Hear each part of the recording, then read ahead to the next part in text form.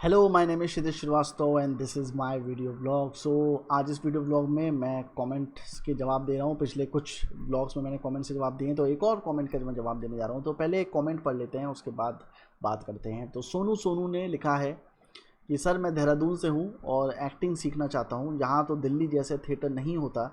दिल्ली में वीकेंड में जो थिएटर एक्टिंग सिखाई जाती है, क्या मैं वो ज्वाइन कर सकता हूँ?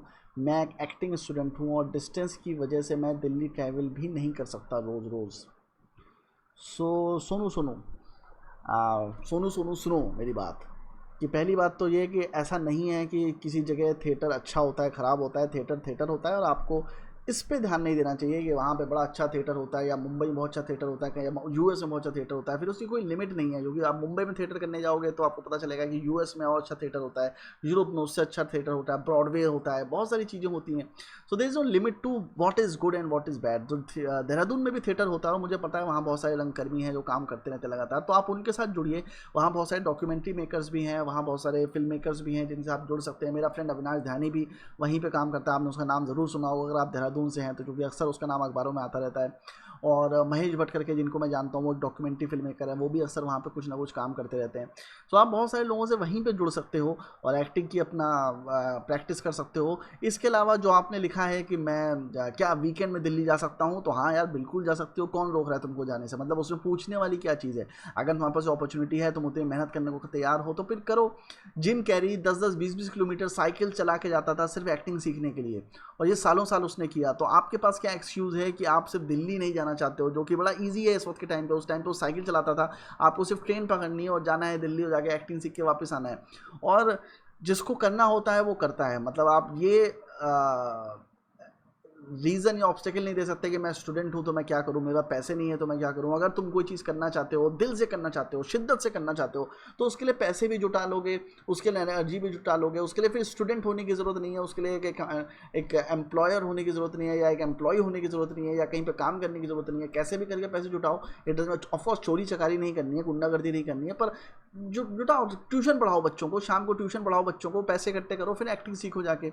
और एक्टिंग सीखने का मैं आपको एक बहुत अच्छी चीज़ बताता हूँ कि एक्टिंग आप घर पे बैठ के भी सीख सकते हो। मतलब ऐसा नहीं है कि आपको कहीं जाना है। जो मैं हमेशा जो एक्टिंग के वीडियोस बनाता हूँ उसमें एक चीज़ बताता हूँ कि एक्टिंग के लिए जो सबसे इंपॉर्टेंट चीज़ है सीखने के लिए, वो सिर्फ ये है कि आपको अपना हेसिटेशन निकालना है।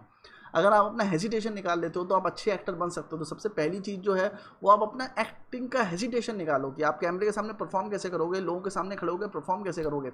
उसके लिए चलिए मैं आपको कुछ मेथड्स बताता हूँ जो आपको हेल्प करेंगे एक्टिंग घर से सीखने में। तो ये शायद कुछ चीज़ें हैं जो अगर आप दिल्ली नहीं भी जा पाते हो, वो सारी प्रॉब्लम्स हैं आपके साथ। चलो मैं स्टूडेंट हूँ, चलो मैं एक बार को मान लेता हूँ कि आपके साथ इतनी प्रॉब्लम्स है कि आप दिल्ली नहीं जा सकते हो और देहरादून में भी थिएटर नहीं ज्वाइन कर सकते हो, तो आप घर पे बैठ के क्या क्या चीज़ें कर सकते हो ये मैं बताता हूँ, ताकि और लोगों को भी जो कि ऐसी सिचुएशन या इससे बुरी सिचुएशन से जूझ रहे हैं उनको भी हेल्प हो सके। सो पहली चीज़ तो मैं आपको बताऊँगा कि घर में एक कील ठोक लो और 10 मिनट 15 मिनट आधा घंटा बैठ के सिर्फ उस कील को देखा करो। और ये बहुत इंपॉर्टेंट एक्सरसाइज है जो थिएटर में भी सिखाई जाती है, और जो मैं आपको इसलिए बताऊंगा क्योंकि एक तो आपकी जो स्टेयर्स हैं, जो आपकी आइज़ हैं, वो सबसे ज़्यादा वर्क करती हैं। जो लोग कहते हैं ना एक्टर अपनी आंखों से काम करता है, तो वो आंखों से इसलिए काम करता है क्योंकि उसकी आंखें स्टेयर करती हैं। जहाँ आप फ्लिप करते हो अपनी आँख को, वहाँ पे ऑडियंस से आपका कनेक्शन टूट जाता है। तो आपको लगातार अपनी आंखों को खोल के रखना है। जैसे जो न्यूज़ एंकर्स भी होते हैं, या फिर आपने अगर मोंटी पाइथन देखा हो तो उसमें जो एक्टर्स हैं वो लगातार अपनी आंखें खोल के रखते हैं। अगर आप ये चीज़ नोट करोगे बड़े एक्टर्स के साथ, जैक निकलसन के साथ, अमिताभ बच्चन के साथ, वो जब क्लोज शॉट होता है तो उसमें कोशिश करते हैं कि उनकी आंखें फ्लिप ना हो, क्योंकि द मोमेंट जो आइज फ्लिप आपका ऑडियंस से इंटरेक्शन खत्म हो जाता है और इंटेंसिटी शॉट की खत्म हो जाती है। तो आपको ये प्रैक्टिस करनी है कि आप एक चीज़ को बहुत देर तक देख सको। तो अगर आपको क्लोज शॉट्स मिलते हैं या आपको लंबा मोनोलॉग बोलना है, उसके लिए आपको ऑडियंस से अपनी आंखें लगातार मिला के रखनी है और आपके आइज़ का स्टेयर बहुत स्ट्रांग होना चाहिए। और ये चीज़ आपको पर्सनल लाइफ में भी हेल्प करेगी। अगर आप एक कील घर पे ठोक लोगे और लगातार उसको देखोगे 10-10 मिनट 15-15 मिनट, तो आपकी आंखों का स्टेयर बहुत अच्छा हो जाएगा।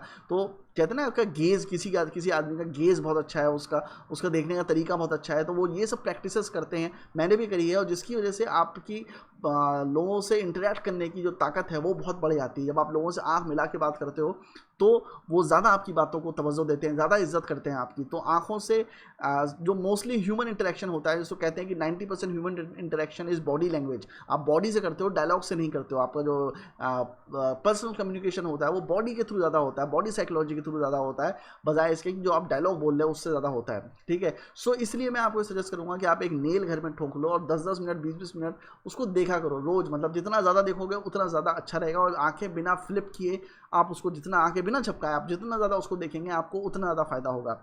इसके अलावा जो एक चीज़ बहुत सारे एक्टर्स प्रैक्टिस नहीं करते हैं, जो मैंने करी थी और मेरे साथ मेरे जो कुछ एक्टर फ्रेंड्स हैं उनको भी मैंने सिखाया था, उन्होंने भी किया था, उनको बहुत हेल्प मिली, वो ये है कि आप स्ट्रेंजर से बात करो। रोड पे लोग जा रहे हैं, आप ठेले पे खड़े हो, आप बन टिक्की देहरादून में बहुत फेमस है, बन टिक्की खा रहे हो तो बगल में कोई आदमी खड़ा, आप उससे बात करने लगो। तो जितना आप लोगों से बात करोगे, रैंडमली केले के ठेले पे बात कर रहे हो, कहीं लाइन में खड़े हो वहाँ पे आप लोगों से बात कर रहे हो, स्ट्रेंजर से बात करो, वहाँ से आपका हेसिटेशन निकलेगा, लोगों की तरफ एक डर निकलेगा, और जो हेसिटेशन निकलता है तो आपका कॉन्फिडेंस बढ़ जाता है। तो आप किसी से भी अगर बात कर सकते हो तो आप ज़िंदगी में बहुत सक्सेसफुल होगे। ये चीज़ मैंने अपने एक फ्रेंड से सीखी थी, जो किसी से भी बात कर लेता था, और शुरुआत के दिनों में जब मैं मुंबई पहुंचा था तो मैं अनजान लोगों से बात नहीं कर पाता था, इवन जिनको मैं जानता था उनसे ही बहुत अच्छे से बात नहीं कर पाता था।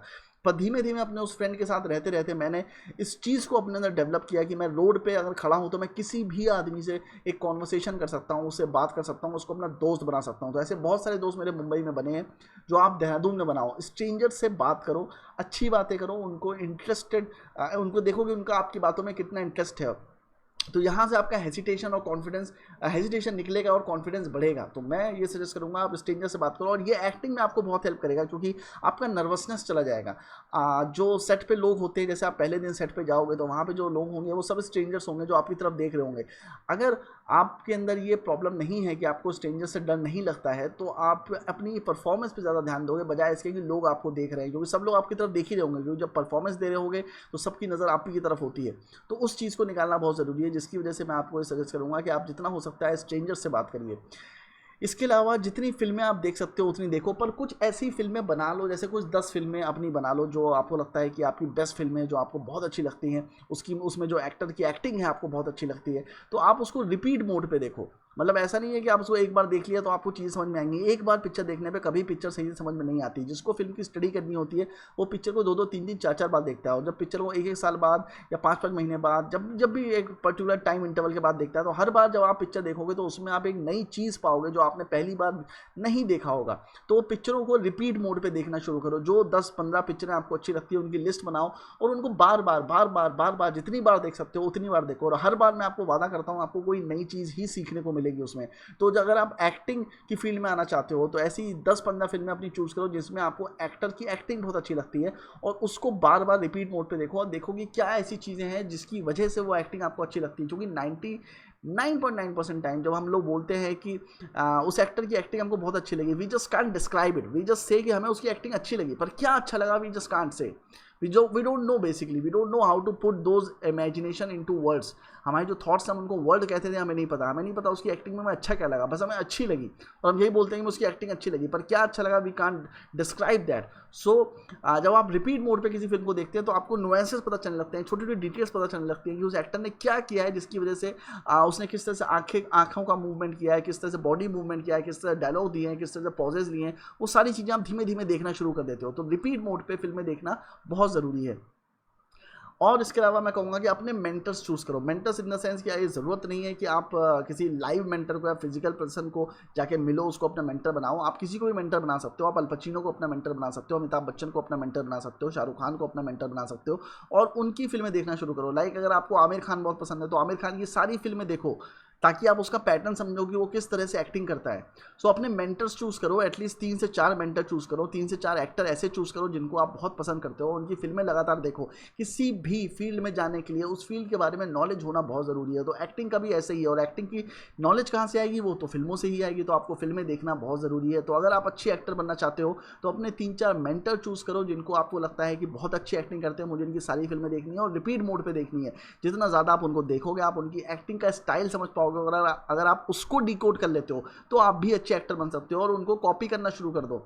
कॉपी करने में एक फॉल्ट ये है कि आप कभी भी किसी एक्टर को पूरी तरह से कॉपी नहीं कर पाओगे, और जब उस एक्टर को कॉपी करने के चक्कर में आप अपनी पर्सनैलिटी का कुछ हिस्सा उस एक्टिंग में मिला दोगे, जिसकी वजह से कुछ और ही निकल के आएगा और आप एक अच्छे एक्टर के तौर पे जाने लगोगे। जितने भी बड़े एक्टर हैं वो किसी ना किसी और को कॉपी करते हुए आए थे, जैसे कि Shahrukh Khan Michael J Fox को बहुत कॉपी करता है, अमिताभ बच्चन अल पचिनो को बहुत कॉपी करता है, पर आपको पता नहीं चलता। अमिताभ बच्चन दिलीप कुमार को भी कॉपी करता है, पर आपको पता नहीं चलता, क्योंकि अमिताभ बच्चन की पार्ट ऑफ पर्सनैलिटी भी उसकी एक्टिंग में मिल जाती है। सो आप किसी भी एक्टर को अगर 30 80% भी कॉपी करते हो और 70% अपनी पर्सनैलिटी लेके आ जाते हो उसमें, तो वो तीसरी चीज़ ही बन के निकलेगा जो कभी को आइडेंटिफाई नहीं कर पाएगा। तो एक्टर्स को कॉपी करिए, उसमें कोई भी गलत नहीं है, मिमिक मत करिए, कॉपी करिए।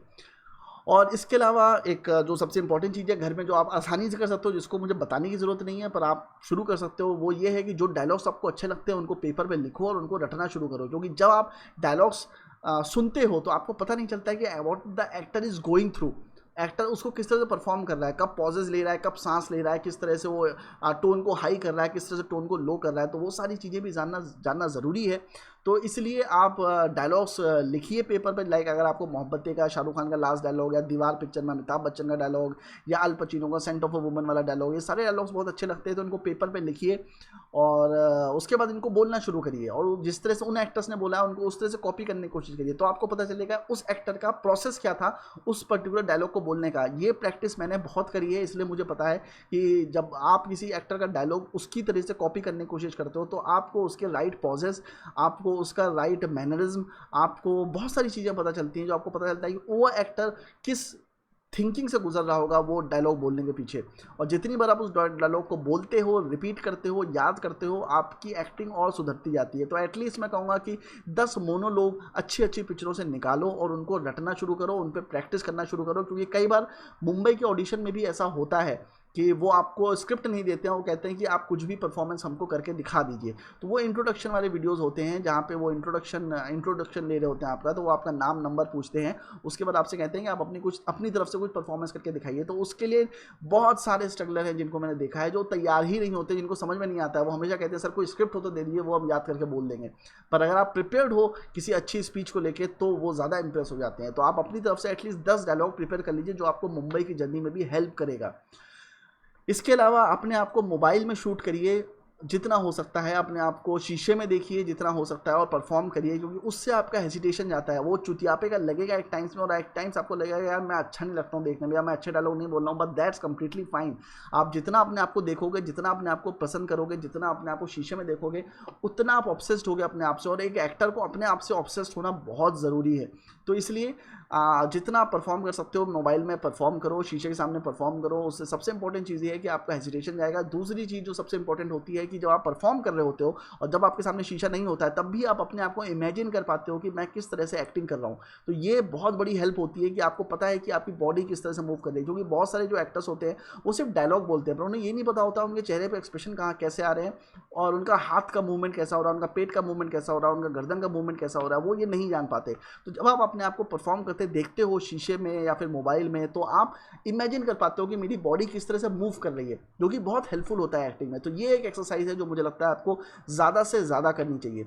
इसके अलावा अगर बना सकते हो तो अपनी शॉर्ट फिल्म्स बनाओ, अपने आप को एज अ लीड एक्टर लेके अपनी शॉर्ट फिल्म बनाओ। वहाँ से आपका कॉन्फिडेंस बढ़ेगा कि आप एक्टिंग कर सकते हो, क्योंकि आप कोई डायलॉग लिख रहे हो, उस डायलॉग्स पे एक्ट कर रहे हो। और जब आप अपने आप को परफॉर्म करते हुए देखते हो तो आपका कॉन्फिडेंस ज़रूर बढ़ता ही है।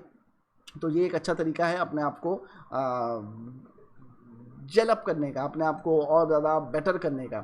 इसके अलावा मेडिटेशन बहुत ज़रूरी है एक्टर के लिए, क्योंकि ज़्यादातर लोगों का जो दिमाग होता है वो बहुत तेज़ भागता है। तो इसलिए मैं कहूँगा कि अपने आप को आप मेडिटेट करो जितना ज़्यादा हो सकता है। लाइक 15 मिनट बैठ के ओम ओम का उच्चारण करो। और इसके अलावा एक और एक्सरसाइज है मेडिटेशन की जो मुझे लगता है आपको करनी चाहिए, और वो ये है कि अपने आप को एक्टिंग करते हुए देखो मेडिटेट करते टाइम। तो 15 मिनट का अलार्म लगाओ और आंखें बंद करके अपने आप को एक्टिंग करते हुए देखो। मैं आपको एक रिसर्च बताता हूँ जो स्टैनफोर्ड यूनिवर्सिटी में हुई थी। उसमें 3 टीम्स को बास्केटबॉल खेलने के लिए कहा गया था। तो पहली टीम को ऐसा बोला गया था कि आप बास्केटबॉल कोर्ट में जाके खेलो।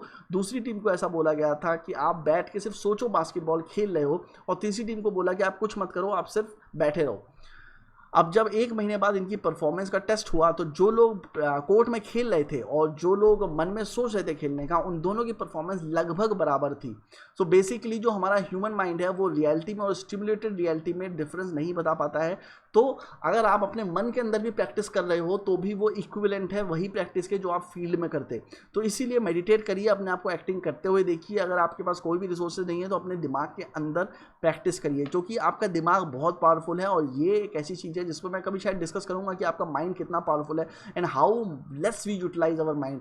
लोग कहते हैं दुनिया का सबसे इंटेलिजेंट आदमी लियोनार्डो डा विंसी था। और लियोनार्डो दा विंची जो था वो बेसिकली बहुत सारी चीज़ें करता था, फिलोसफर भी था, राइटर भी था, साइंटिस्ट भी था, पेंटर भी था, स्कल्पचर भी था, बहुत सारी चीज़ें उसने करी हैं। पर वो भी कहते हैं उसके बारे में कि उसने अपने दिमाग का शायद 2 to 3% ही यूज़ किया था, और हम लोग एज अ ह्यूमन बींग अपने दिमाग का शायद 0.0001% ही यूज़ करते हैं। तो अपने दिमाग का ज़्यादा से ज़्यादा इस्तेमाल करिए। अगर आपको एक्टिंग की अपॉर्चुनिटी नहीं मिल रही है तो अपनी आंखें बंद करिए, 15 मिनट एक्टिंग करिए। 2 घंटे कर सकते हैं, 2 घंटे एक्टिंग करिए, पर अपने दिमाग के अंदर आंखें बंद करके एक्टिंग करिए, आपको बहुत हेल्प मिलेगी, और मेरी बात का विश्वास करिए। इसके अलावा जितना हो सकता है आप रनिंग करिए, क्योंकि रनिंग जो है, अब आपको लगेगा कि एक्टिंग का रनिंग से क्या मतलब है। रनिंग से 2 फायदे होते हैं, एक तो आपकी हेल्थ अच्छी होती है, आपकी बॉडी अच्छी होती है, और दूसरी चीज़ ये है कि रनिंग से आपके बॉडी में कुछ अलग अलग तरीके के केमिकल्स निकलते हैं, जैसे सेरोटोनिन है या एड्रेनलिन है या टेस्टोस्टेरोन है, उसके लेवल्स हाई होते हैं, जिसकी वजह से आप एक्साइटेड जोन में रहते हो और आप एंथुजियास्टिक फील करते हो और आपका दिमाग ज़्यादा तेज़ी से वर्क करता है। तो रनिंग करना एक एक्टर के लिए मुझे लगता है बहुत ज़रूरी है और लगातार उसको करते रहना चाहिए। मैं भी रनिंग करता हूँ, मैं भी सुबह 5 बजे जाता हूँ रनिंग करने के लिए, और शाम को भी जाता हूँ 4-5 बजे रनिंग करने के लिए, क्योंकि मुझे लगता है एज अ डायरेक्टर मेरे दिमाग को चुस्त दुरुस्त रहना बहुत ज़रूरी है, और हेल्थ को भी चुस्त दुरुस्त रहना बहुत ज़रूरी है, क्योंकि मुझे लगता है कि कभी ना कभी मेरे पास जब बहुत सारा काम होगा तो मैं जब घर पे बैठ के ये नहीं बोल सकता कि मेरी तबीयत ठीक नहीं है, आज मैं शूट पे नहीं आ पाऊंगा, तो मुझे काम करना ही पड़ेगा उस टाइम पे। आज मेरे पास उतना काम नहीं है, पर कल तो होगा, तो जब होगा तो उसके लिए अपने आप को प्रिपेयर करो, ठीक है। तो रनिंग करो जितना कर सकते हो। इसके अलावा जो प्लेज हैं, जो नाट्य हैं, वो बहुत आसानी से मार्केट में अवेलेबल हैं, तो जितने आप प्लेज पढ़ सकते हो इंग्लिश के, हिंदी के, वो पढ़ो, क्योंकि उनको पढ़ने पे आपको बहुत सारी नॉलेज होती है कि स्क्रिप्ट कैसे वर्क करती है, आपको कैसे किस तरह से एक्टिंग करनी है। तो जब आप थिएटर में प्लेज देखने जाते हो, जब एक्टर उनको परफॉर्म करता है, तो आपको डिफरेंस पता चलता है कि जो आपने पढ़ा था और जो आपके सामने हो रहा है उसमें क्या चेंजेस है। इसके अलावा प्लेज के अलावा अगर नेट से आप स्क्रीन प्लेज भी पढ़ सकते हो तो वो भी पढ़ो, उसके बाद उस एक्टर की परफॉर्मेंस देखो उस पिक्चर में, जिससे आपको डिफरेंस पता चलेगा और ये पता चलेगा कि उस एक्टर ने किस तरह से उस रोल को ट्रीट किया है, क्योंकि हर एक्टर का अपना अपना तरीका होता है किसी भी रोल को ट्रीट करने का। तो जितने प्लेज पढ़ सकते हो उतने प्लेज पढ़ो, प्लेज को हायर प्रायोरिटी दो, स्क्रीन प्लेज को सेकंड प्रायोरिटी दो, क्योंकि जितने आप प्लेज पढ़ोगे, प्लेज जो होते हैं वो बेसिकली एक्टर ओरिएंटेड ही होते हैं। स्क्रीन प्ले जो होता है वो बहुत ज़्यादा, उसमें कैमरे का वर्क भी होता है, एक्टर का एफर्ट भी होता है, एडिटर का काम भी होता है, वीएफएक्स वाले का काम भी होता है, साउंड वाले का काम भी होता है, पर जो प्लेज होते हैं वो टोटली एक्टर डिपेंडेंट होते हैं। तो इसलिए प्लेज पढ़ना आपके लिए बहुत ज़रूरी है। उसके बाद अगर स्क्रीन प्लेज पढ़ सकते हैं तो स्क्रीन प्लेज भी पढ़िए।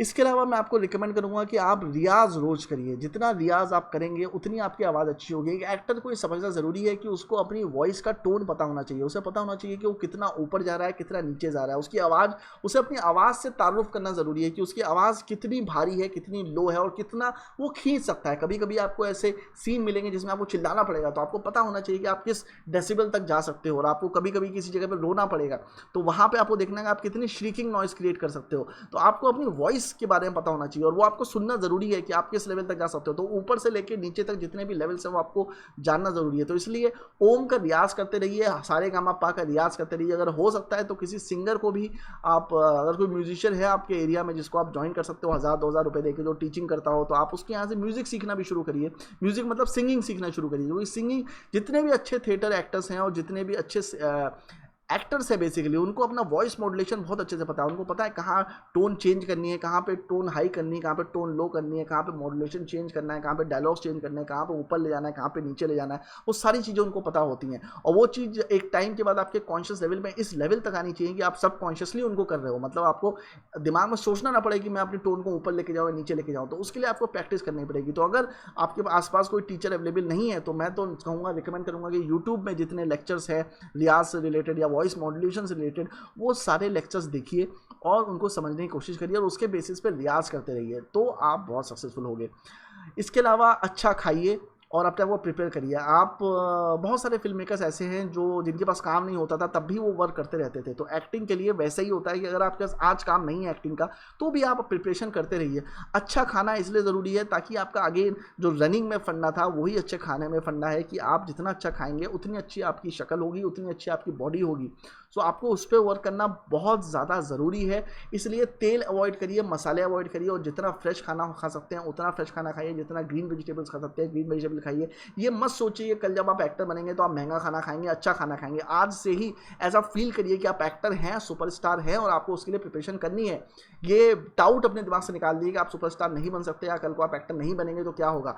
आज से ही वो फीलिंग लेना शुरू कर दो कि तुम एक स्टार बन चुके हो, तुम एक एक्टर बन चुके हो, तुमको वो रेजिमेंट, वो डाइट फॉलो करनी है जो एक एक्टर फॉलो करता है अपने आप को सक्सेसफुल बनाने के लिए। विराट कोहली ने सालों से छोला भटूरा नहीं खाया, वो छोला भटूरा बहुत पसंद करता है। 30 सालों से अनिल कपूर ने समोसा नहीं खाया है।